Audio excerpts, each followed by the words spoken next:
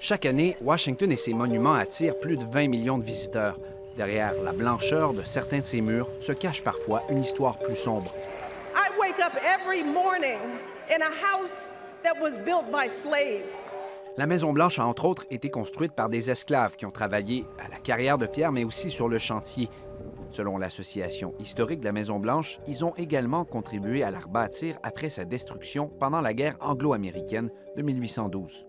Il faut dire que plusieurs des premiers présidents américains étaient eux-mêmes propriétaires d'esclaves. C'est le cas de George Washington, qui n'a jamais habité à la Maison-Blanche, elle n'était pas terminée, mais sous 7 de ses successeurs, de Thomas Jefferson à Zachary Taylor en passant par Andrew Jackson, des esclaves ont travaillé à la résidence officielle. For so much of our history, we've become so fixated and focused on presidents and first ladies, and yes, these were important historical people. But at the same time, there's a whole different experience, a whole different story beneath the surface. À l'autre bout de l'avenue Pennsylvanie, on trouve un autre bâtiment emblématique de Washington.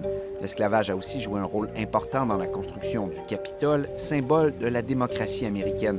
Des preuves historiques montrent même que la statue au sommet du dôme, la statue de la liberté, a ironiquement pu être érigée grâce aux efforts de Philip Reed, un homme qui, lui, n'était pas libre. We're not trying to change American history. We're trying to make sure people know the full story, that this country and these buildings wouldn't be here without the work of enslaved Africans. Le gouvernement américain n'a jamais lui-même détenu d'esclaves, mais il a payé des propriétaires d'États comme le Maryland ou la Virginie pour utiliser leurs esclaves comme main-d'œuvre. La situation géographique de la ville de Washington entre le nord et le sud en a fait un endroit stratégique dans le commerce d'esclaves. On le souligne par exemple dans le film 12 ans d'esclavage.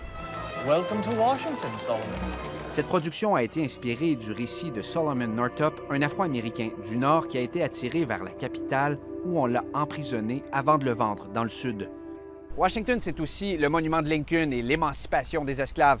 La ville a été un refuge pour de nombreux Afro-Américains pendant la guerre de sécession. Black men and white men, Jews and Gentiles. Un siècle plus tard, c'est également ici que Martin Luther King a prononcé son fameux discours, l'un des plus importants dans la lutte pour les droits civiques.